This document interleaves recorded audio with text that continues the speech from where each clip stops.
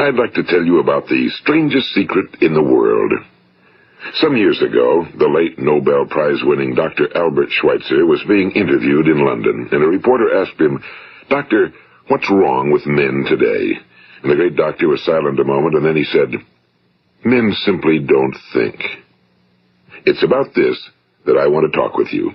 We live today in a golden age. This is an era that man has looked forward to, dreamed of, and worked toward for thousands of years. But since it's here, we pretty well take it for granted. We in America are particularly fortunate to live in the richest land that ever existed on the face of the earth, a land of abundant opportunity for everyone. But do you know what happens? Well, let's take 100 men who start even at the age of 25. Do you have any idea what will happen to those men by the time they're 65? These 100 men who all start even at the age of 25 believe they're going to be successful. If you ask any one of these men if he wanted to be a success, he'd tell you he did. And you'd notice that he was eager toward life, that there was a certain sparkle to his eye, an erectness to his carriage, and life seemed like a pretty interesting adventure to him. But by the time they're 65, 1 will be rich. 4 will be financially independent. 5 will still be working. 54 will be broke. Now think a moment. Out of the 100, only 5 make the grade. Now why do so many fail? What has happened to the sparkle that was there when they were 25? What's become of the dreams, the hopes, the plans? And why is there such a large disparity between what these men intended to do and what they actually accomplished? When we say about 5% achieve success, we have to define success.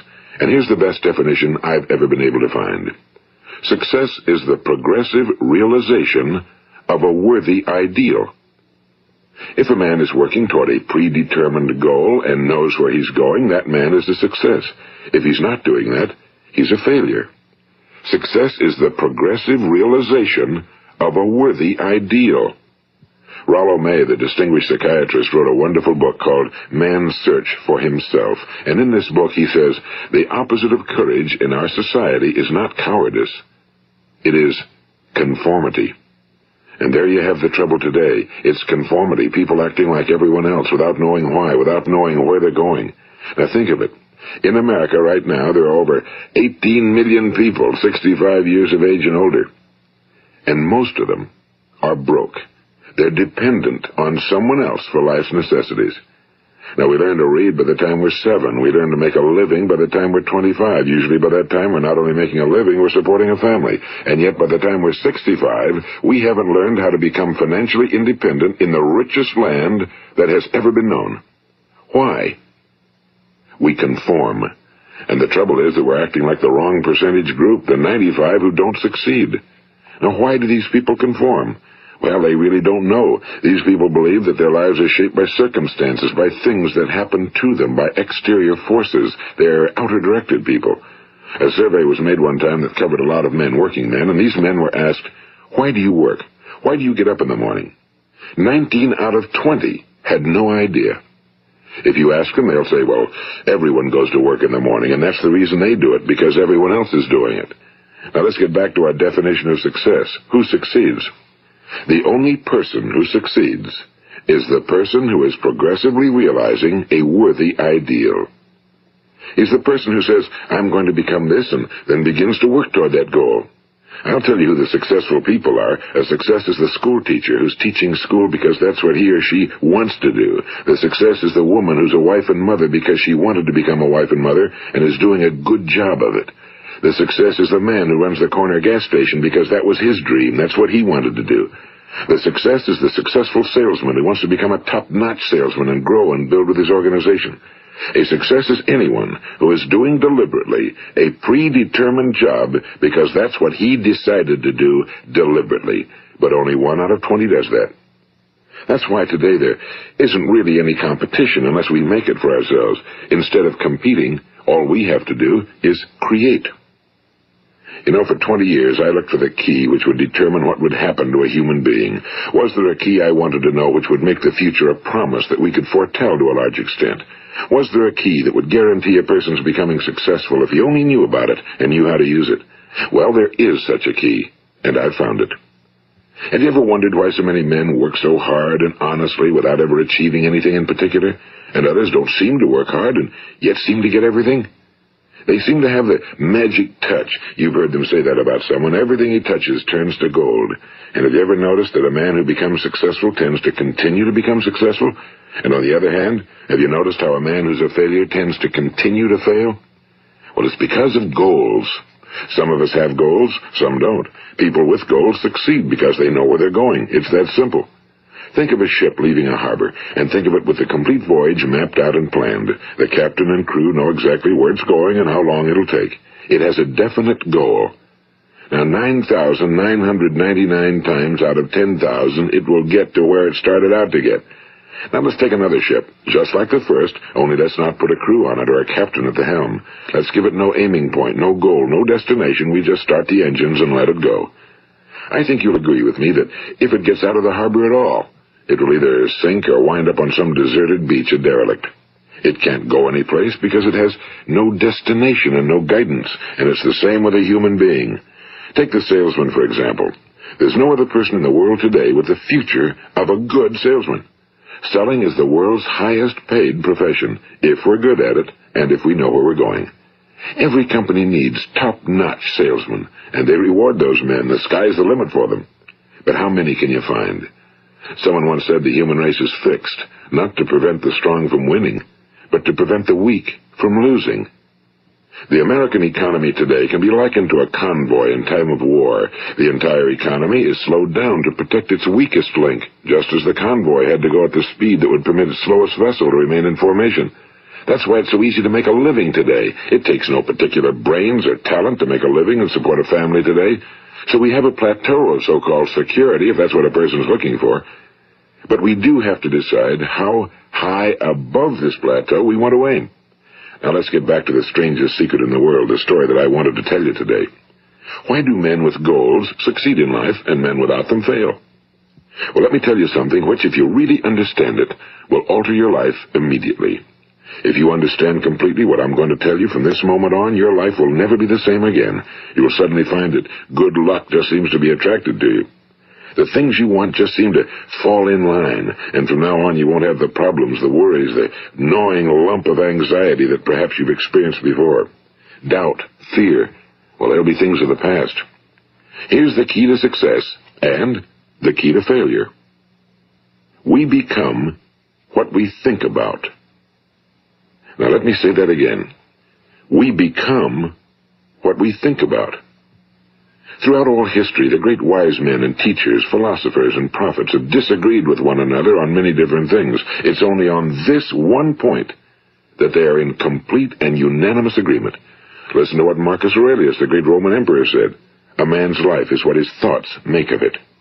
Disraeli said this. Everything comes if a man will only wait.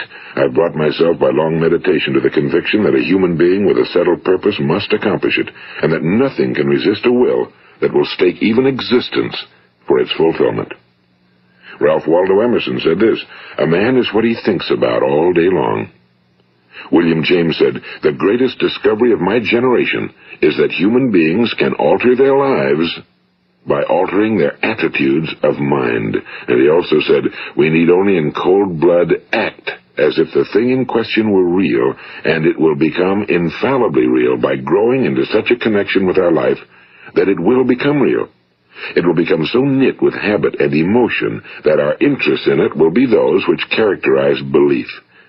And he also said, if you only care enough for a result, you will almost certainly attain it. If you wish to be rich, you will be rich. If you wish to be learned, you will be learned. If you wish to be good, you will be good. Only you must then really wish these things, and wish them exclusively, and not wish at the same time 100 other incompatible things just as strongly. In the Bible, you read in Mark 9:23, if thou canst believe, all things are possible to him that believeth. My old friend Dr. Norman Vincent Peale put it this way, this is one of the greatest laws in the universe. Fervently do I wish I had discovered it as a very young man. It dawned upon me much later in life, and I found it to be one of the greatest, if not my greatest discovery outside of my relationship to God. The great law, briefly and simply stated, is that if you think in negative terms, you will get negative results. If you think in positive terms, you will achieve positive results. That is the simple fact, he went on to say, which is at the basis of an astonishing law of prosperity and success. In 3 words, believe and succeed. William Shakespeare put it this way: our doubts are traitors and make us lose the good we oft might win by fearing to attempt. George Bernard Shaw said, people are always blaming their circumstances for what they are. I don't believe in circumstances. The people who get on in this world are the people who get up and look for the circumstances they want, and if they can't find them, make them. Well, it's pretty apparent, isn't it? And every person who discovered this for a while believed that he was the first one to work it out. We become what we think about. Now, it stands to reason that a person who's thinking about a concrete and worthwhile goal is going to reach it, because that's what he's thinking about, and we become what we think about. Conversely, the man who has no goal, who doesn't know where he's going, and whose thoughts must therefore be thoughts of confusion and anxiety and fear and worry, becomes what he thinks about. His life becomes one of frustration and fear and anxiety and worry. And if he thinks about nothing, he becomes nothing. Now, how does it work? Why do we become what we think about? Well, I'll tell you how it works as far as we know. Now, to do this, I want to tell you about a situation that parallels the human mind. Suppose a farmer has some land, and it's good fertile land. Now, the land gives the farmer a choice.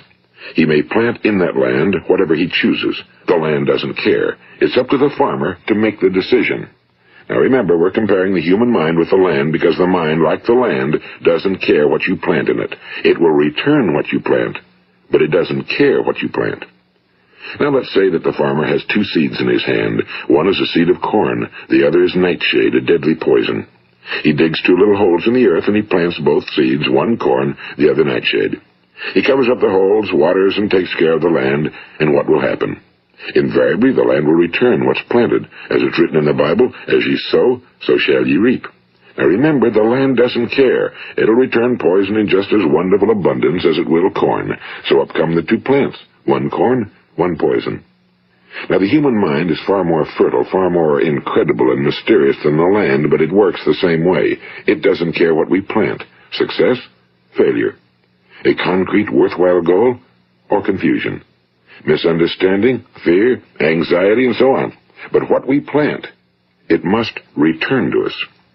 You see, the human mind is the last great unexplored continent on Earth. It contains riches beyond our wildest dreams. It will return anything we want to plant. Now, you might say, well, if that's true, why don't people use their minds more? Well, I think they figured out an answer to that one, too. Our mind comes as standard equipment at birth. It's free, and things that are given to us for nothing we place little value on. Things that we pay money for, we value. The paradox is that exactly the reverse is true. Everything that's really worthwhile in life came to us free. Our minds, our souls, our bodies, our hopes, our dreams, our ambitions, our intelligence, our love of family and children and friends and country, all these priceless possessions are free. But the things that cost us money are actually very cheap and can be replaced at any time. A good man can be completely wiped out and make another fortune. He can do that several times. Even if our home burns down, we can rebuild it. But the things we got for nothing, we can never replace. The human mind isn't used because we take it for granted. Familiarity breeds contempt. It can do any kind of job we assign to it, but generally speaking, we use it for little jobs instead of big, important ones. Universities have proved that most of us are operating on about 10% or less of our abilities. So decide now, what is it you want? Plant your goal in your mind. It's the most important decision you'll ever make in your entire life. What is it you want? Do you want to be an outstanding salesman? A better worker at your particular job? Do you want to go places in your company? In your community? Do you want to get rich?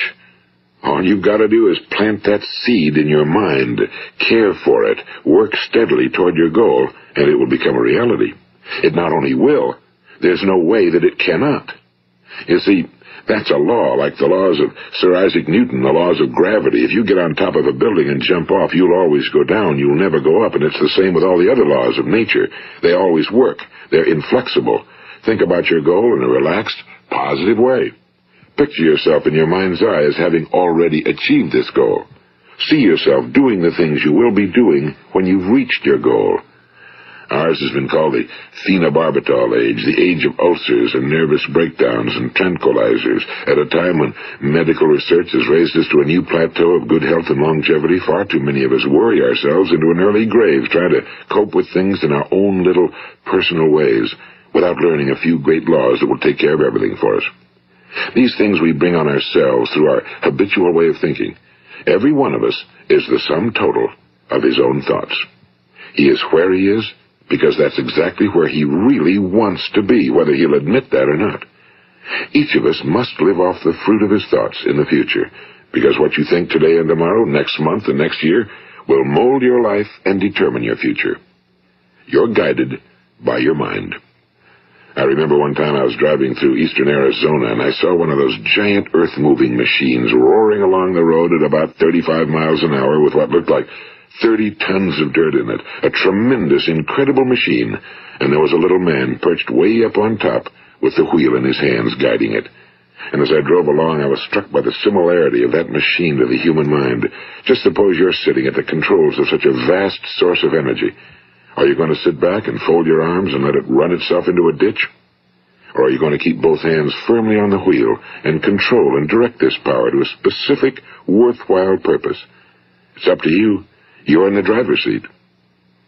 You see, the very law that gives us success is a two-edged sword. We must control our thinking. The same rule that can lead a man to a life of success, wealth, happiness, and all the things he ever dreamed of for himself and his family. That very same law can lead him into the gutter. It's all in how he uses it, for good or for bad. This is the strangest secret in the world. Now, why do I say it's strange, and why do I call it a secret? Actually, it isn't a secret at all. It was first promulgated by some of the earliest wise men, and it appears again and again throughout the Bible, but very few people have learned it, understand it. That's why it's strange, and why for some equally strange reason it virtually remains a secret. I believe that you could go out and walk down the main street of your town and ask one man after another what the secret of success is, and you probably wouldn't run into one man in a month who could tell you. Now, this information is enormously valuable to us if we really understand it and apply it. It's valuable to us not only for our own lives, but the lives of those around us, our families, employees, associates, and friends. Life should be an exciting adventure. It should never be a bore. A man should live fully, be alive. He should be glad to get out of bed in the morning. He should be doing a job he likes to do because he does it well. One time I heard Grove Patterson, the great late editor-in-chief of the Toledo Daily Blade, make a speech, and as he concluded his speech, he said something I've never forgotten. He said, "My years in the newspaper business have convinced me of several things. Among them, that people are basically good, and that we came from someplace, and we're going someplace. So we should make our time here an exciting adventure. The architect of the universe didn't build a stairway leading nowhere." And the greatest teacher of all, the carpenter from the plains of Galilee, gave us the secret time and time again. As ye believe, so shall it be done unto you. I've explained the strangest secret in the world and how it works. Now, on this side, I want to explain how you can prove to yourself the enormous returns possible in your own life by putting this secret to a practical test. I want you to make a test that will last 30 days. It isn't going to be easy, but if you'll give it a good try, it will completely change your life for the better. Now, back in the 17th century, Sir Isaac Newton, the English mathematician and natural philosopher, gave us some natural laws of physics which apply as much to human beings as they do to the movement of bodies in the universe. And one of these laws is that for every action, there is an equal and opposite reaction. Simply stated, as it applies to you and me, it means we can achieve nothing without paying the price. The results of your 30-day experiment will be in direct proportion to the effort you put forth. To be a doctor, you must pay the price of long years of difficult study. To be successful in selling, and remember that each of us succeeds to the extent of his ability to sell. Selling our families on our ideas, selling education in schools, selling our children on the advantages of living the good and honest life, selling our associates and employees on the importance of being exceptional people. To, of course, the profession of selling itself. But to be successful in selling our way to the good life, we must be willing to pay the price. Now, what is that price? Well, it's many things. First, it's understanding emotionally, as well as intellectually, that we literally become what we think about, that we must control our thoughts if we're to control our lives. It's understanding fully that as ye sow, so shall ye reap. Second, it's cutting away all fetters from the mind and permitting it to soar as it was divinely designed to do. It's the realization that your limitations are self-imposed and that the opportunities for you today are enormous beyond belief. It's rising above narrow-minded pettiness and prejudice. And third, it's using all your courage to force yourself to think positively on your own problem, to set a definite and clearly defined goal for yourself, to let your marvelous mind think about your goal from all possible angles, to let your imagination speculate freely upon many different possible solutions, to refuse to believe that there are any circumstances sufficiently strong to defeat you in the accomplishment of your purpose, to act promptly and decisively when your course is clear, and to keep constantly aware of the fact that you are, at this moment, standing in the middle of your own acres of diamonds, as Russell Conwell used to point out. And fourth, save at least 10% of every dollar you earn. It's also remembering that no matter what your present job, it has enormous possibilities, if you're willing to pay the price. Now let's just go over the important points in the price each of us must pay to achieve the wonderful life that can be ours. It is, of course, worth any price. 1. You will become what you think about. 2. Remember the word imagination and let your mind begin to soar. 3. Courage. Concentrate on your goal every day. 4. Save 10% of what you earn. And 5. Action. Ideas are worthless unless we act on them. Now, I'll try to outline the 30-day test I want you to make. Keep in mind that you have nothing to lose by making this test and everything you could possibly want to gain. There are two things that may be said of everyone. Each of us wants something, and each of us is afraid of something. I want you to write on a card what it is you want more than anything else. It may be more money. Perhaps you'd like to double your income or make a specific amount of money. It may be a beautiful home. It may be success at your job. It may be a particular position in life. It could be a more harmonious family. Each of us wants something.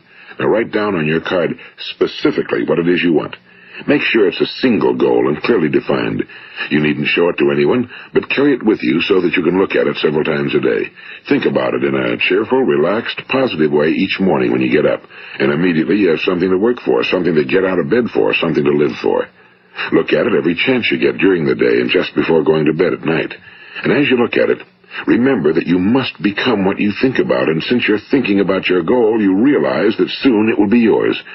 In fact, it's yours really the moment you write it down and begin to think about it. Look at the abundance all around you as you go about your daily business. You have as much right to this abundance as any other living creature. It's yours for the asking. Now we come to the difficult part. Difficult because it means the formation of what is probably a brand new habit, and new habits are not easily formed. Once formed, however, it will follow you for the rest of your life. Stop thinking about what it is you fear. Each time a fearful or negative thought comes into your consciousness, replace it with a mental picture of your positive and worthwhile goal. And there will come times when you'll feel like giving up. It's easier for a human being to think negatively than positively. That's why only 5% are successful. You must begin now to place yourself in that group. For 30 days, you must take control of your mind. It will think about only what you permit it to think about. Each day for this 30-day test, do more than you have to do. In addition to maintaining a cheerful, positive outlook, give of yourself more than you've ever done before. Do this knowing that your returns in life must be in direct proportion to what you give. The moment you decide on a goal to work toward, you're immediately a successful person. You are then in that rare and successful category of people who know where they're going. Out of every 100 people, you belong to the top 5. Don't concern yourself too much with how you're going to achieve your goal. Leave that completely to a power greater than yourself. All you have to do is know where you're going. The answers will come to you of their own accord and at the right time. Remember these words from the Sermon on the Mount, and remember them well. Keep them constantly before you this month of your test. Ask, and it shall be given you. Seek, and ye shall find. Knock, and it shall be opened unto you. For every one that asketh receiveth, and he that seeketh findeth, and to him that knocketh it shall be opened. It's as marvelous and as simple as that. In fact, it's so simple that in our seemingly complicated world, it's difficult for an adult to understand that all he needs is a purpose and faith. For 30 days, Do your very best. If you're a salesman, go at it as you've never done before, not in a hectic fashion, but with the calm, cheerful assurance that time well spent will give you the abundance in return you deserve and want. If you're a homemaker, devote your 30-day test to completely giving of yourself without thinking about receiving anything in return, and you'll be amazed at the difference it makes in your life. No matter what your job, do it as you've never done it before for 30 days. And if you've kept your goal before you every day, you'll wonder and marvel at this new life you've found. Dorothea Brand, the outstanding editor and writer, discovered it for herself and tells about it in her fine book, Wake Up and Live. Her entire philosophy is reduced to the words, act as though it were impossible to fail. She made her own test with sincerity and faith, and her entire life was changed to one of overwhelming success. Now, you make your test for 30 full days. Don't start your test until you've made up your mind to stick with it. You see, by being persistent, you're demonstrating faith. Persistence is simply another word for faith. If you didn't have faith, you'd never persist. If you should fail during your first 30 days, by that I mean suddenly find yourself overwhelmed by negative thoughts, you've got to start over again from that point and go 30 more days. Gradually, your new habit will form until you find yourself one of that wonderful minority to whom virtually nothing is impossible. And don't forget the card. It's vitally important as you begin this new way of living. On one side of the card, write your goal, whatever it may be. On the other side, write the words we've quoted from the Sermon on the Mount. Ask, and it shall be given you. Seek, and ye shall find. Knock, and it shall be opened unto you. Nothing great was ever accomplished without inspiration. See that during these crucial first 30 days, your own inspiration is kept at a peak. And above all, don't worry. Worry brings fear, and fear is crippling. The only thing that can cause you to worry during your test is trying to do it all yourself. Know that all you have to do is hold your goal before you. Everything else will take care of itself. Remember also to keep calm and cheerful. Don't let petty things annoy you and get you off course. Now, since making this test is difficult, some will say, why should I bother? Well, look at the alternative. No one wants to be a failure. No one really wants to be a mediocre individual. No one wants a life constantly filled with worry and fear and frustration. Therefore, remember that you must reap that which you sow. If you sow negative thoughts, your life will be filled with negative things. If you sow positive thoughts, your life will be cheerful, successful, and positive. Now, gradually, you will have a tendency to forget what you've heard on this recording. Play it often. Keep reminding yourself of what you must do to form this new habit. Gather your whole family around at regular intervals and listen to what's been said here. You know, most men will tell you that they want to make money without understanding the law. The only people who make money work in a mint. The rest of us must earn money. This is what causes those who keep looking for something for nothing or a free ride to fail in life. The only way to earn money is by providing people with services or products which are needed and useful. We exchange our time and our product or service for the other man's money. Therefore, the law is that our financial return will be in direct proportion to our service. Now, success is not the result of making money. Making money is the result of success, and success is in direct proportion to our service.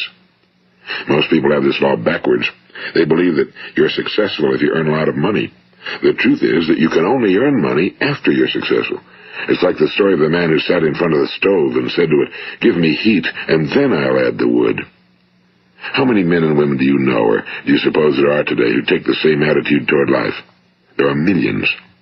We've got to put the fuel in before we can expect heat. Likewise, we've got to be of service first before we can expect money. Don't concern yourself with the money. Be of service, build, work, dream, create. Do this, and you'll find there's no limit to the prosperity and abundance that will come to you. Prosperity, you know, is founded upon a law of mutual exchange. Any person who contributes to prosperity must prosper in turn himself. Sometimes the return will not come from those you serve, but it must come to you from someplace, because that's the law. For every action, there is an equal and opposite reaction. As you go daily through your 30-day test period, remember that your success will always be measured by the quality and quantity of service you render, and money is a yardstick for measuring this service. No man can get rich himself unless he enriches others. Now, there are no exceptions to a law. You can drive down any street in America and from your car estimate the service that's being rendered by the people living on that street. Had you ever thought of this yardstick before? It's interesting. Some, like ministers and priests and other devoted people, measure their returns in the realm of the spiritual, but again, their returns are equal to their service. Once this law is fully understood, any thinking person can tell his own fortune. If he wants more, he must be of more service to those from whom he receives his return. If he wants less, he has only to reduce his service. This is the price you must pay for what you want. If you believe you can enrich yourself by deluding others, you can end only by deluding yourself. It may take some time, but just as surely as you breathe, you'll get back what you put out. Don't ever make the mistake of thinking you can avert this. It's impossible. The prisons and the streets where the lonely walk are filled with people who tried to make new laws just for themselves. We may avoid the laws of man for a while, but there are greater laws that cannot be broken. An outstanding medical doctor recently pointed out 6 steps that will help you realize success. 1. Set yourself a definite goal. 2. Quit running yourself down. 3. Stop thinking of all the reasons why you cannot be successful and instead think of all the reasons why you can. 4. Trace your attitudes back through your childhood and try to discover where you first got the idea you couldn't be successful, if that's the way you've been thinking. 5. Change the image you have of yourself by writing out a description of the person you would like to be. And 6. Act the part of the successful person you have decided to become. The doctor who wrote those words is a noted West Coast psychiatrist, Dr. David Harold Fink. Do what the experts since the dawn of recorded history have told you must do. Pay the price by becoming the person you want to become. It's not nearly as difficult as living unsuccessfully. Make your 30-day test, then repeat it again, and each time it will become more a part of you until you'll wonder how you could ever have lived any other way. Live this new way and the floodgates of abundance will open and pour over you more riches than you may have dreamed existed. Money? Yes, lots of it. But what's more important, you'll have peace. You'll be in that wonderful minority who lead calm, cheerful, successful lives. Start today. You have nothing to lose, but you have a whole life to win. This is Earl Nightingale, and thank you.